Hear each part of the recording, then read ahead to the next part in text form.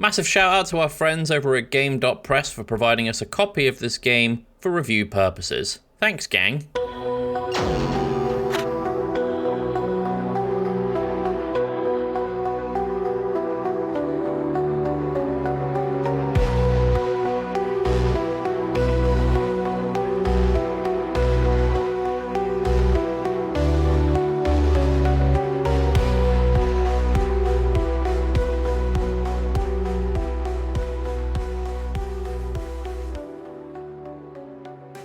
Hello, this is Tim at Wembembo on everything, back with another small episode of DLC, this time focusing on Terrifier, the ARTcade game. Now, for those who don't listen to Two Blokes from Blighty from certainly a couple of seasons ago, you'll know that I didn't exactly enjoy the Terrifier movie. I just thought it was gratuitous violence for the sake of gratuitous violence, which I get is the point of a slasher movie. But at least, you know, there was a semblance of plot in things like Scream and Texas Chainsaw Massacre and Friday the 13th, etc. But we're not here to talk about those things. We're here to talk about Terrifier the ARTcade game because our other co-host Joey thought it'd be a very fun idea to hook me up specifically with Game.Press and their distribution of Terrifier the ARTcade game. Terrifier, as I'm just going to call it moving forward, is a arcade-style beat-em-up, similar to the Simpsons arcade games, Scott Pilgrim vs. the World, Double Dragon, Streets of Rage, that sort of thing. So if you've played those games, you'll largely know what you're getting into.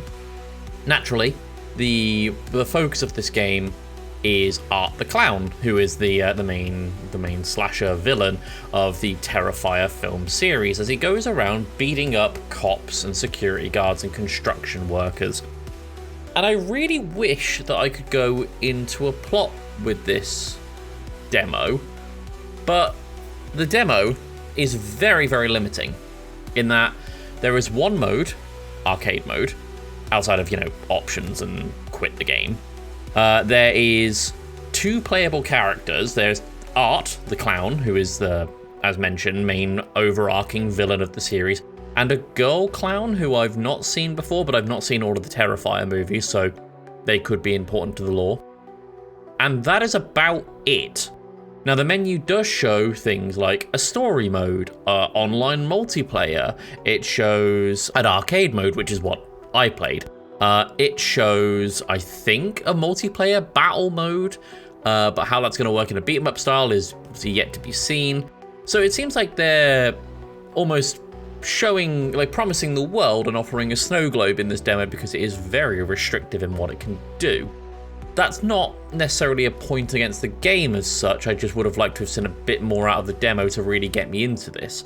To give you guys listening an idea, I played the only level available in the demo, and it took me 15 minutes to do, which I had to message Joey and just be like, hey, do we think that's enough content? Because it got quite repetitive. And if it was a really enriching 15 minutes with lots of varied combat, maybe combo options, maybe different playable clowns, or even just more levels to see, even if it was just a little slice of it, a little preview, I didn't get that from this.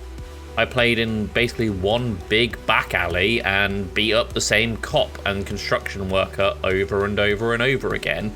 I normally get on well with beat-em-ups. They're not my favorite. They're not my favorite genre at all. But I normally get on just fine with them, and I didn't enjoy this. Combat felt very, very, very repetitive, if not clunky and frustrating at times, and I'll explain. You can obviously move around with the control stick and D-pad, and by the way, this game is very upfront in saying you're recommended to play this with a controller. Move around with a thumbstick or D-pad, and you can, I'm going to reference an Xbox controller here, you can jump with A, dash backwards with B, do light attacks with X, and do heavy attacks with Y, with like a sprint on left bumper and a unique attack, depending on which clown you're playing, with the right bumper. Now, the unique attack felt a little inconsistent because sometimes I could just spam it to no end, but other times it just wouldn't come out. It would make a little noise at me and I wouldn't really know why, because while there is a bar underneath your clown's health bar, I didn't see it fill up. at least I didn't notice it fill up, and I thought it might have been connected to the special attack, but it seemingly wasn't. I don't know if that's a bug in the build, whether that's intended or not, but the problem is the demo of Terrifier doesn't explain this. So I'm just left a little bit in the dark as to whether it was to why I can't do some things that I normally would. Now, I mentioned the light attack and heavy attack. They're basically little jabs and a big punch. You can also do light and heavy jumping attacks, and they were fine for like kind of diving into a crowd, but diving into a crowd of enemies is really ill-advised in this game. If you're dealing with multiple enemies, you would naturally want to spam the light attack. However, what that will more often than not do is actually put you in a grab animation where you're holding the enemy and punching them over and over again. And I found that while holding the enemy, you can't release them manually, you just have to beat them till they're dead. And it just left you very, very, very susceptible to just being hit out of that attack and taking a ton of damage. And so I tried doing the heavy attacks, and unfortunately they're too slow and have too much of a recovery, so I just end up getting hit a different way. You can use different weapons, like a nightstick from if you kill a police officer, or maybe a construction barrel that's on fire if you've beaten a construction worker. But it just results in the same thing, with the sole exception being objects that you hold over your head, like those barrels or crates, which are a one-time throwable item. Anything like a spiked bat, a police baton, a baseball bat, whatever, is gonna fall into the exact same trap of hitting light over and over again will result in a grab animation, and hitting heavy at any point is either going to throw it or result in a very, very slow animation, leaving you super open. The point to me in a beat 'em up is to beat up enemies. It's in the name. It's a beat 'em up. And it felt like more often than not than this, that I was the one being beat up with not really much of a counterplay option. Not to say the game is difficult, it's certainly not difficult. But what it is maybe a little bit ill thought out in the control scheme.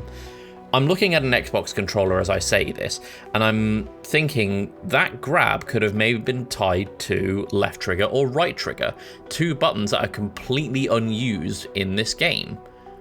That would immediately resolve that problem, at least for me. And as far as I could tell in the demo, there was no way to rebind those controls. None. The other side of this that made it kind of repetitive was there's a really unique thing this game does, and I'm going to give it credit here. Sometimes there are some enemies that once you've beaten them up enough, they'll enter like a stun state where they'll be kneeling, they'll be dazed, and there'll be a little icon that says press Y over their head. And if you walk up to them, if you're playing as Art the Clown, you'll pull out a gun and you'll shoot their head off. Or if you're playing as Girl Clown, you'll throw a knife into their head. That's cool. It's a little reference, I'm assuming. It certainly wasn't anything that rung a bell to me, having watched the first Terrifier movie. But it was the same animation over and over again.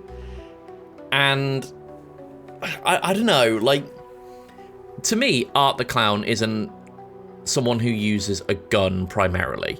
They are trying to be a slasher icon which primarily revolves around knives, and while Girl Clown meets that goal, Art doesn't. And going back to a mechanical level on this, before Art or Girl Clown will do the finishing blow to kill that enemy, to kill the stunned enemy, they have to stand in a very specific spot. So you'll press Y while over the enemy, you'll walk in front of them and you'll do your animation.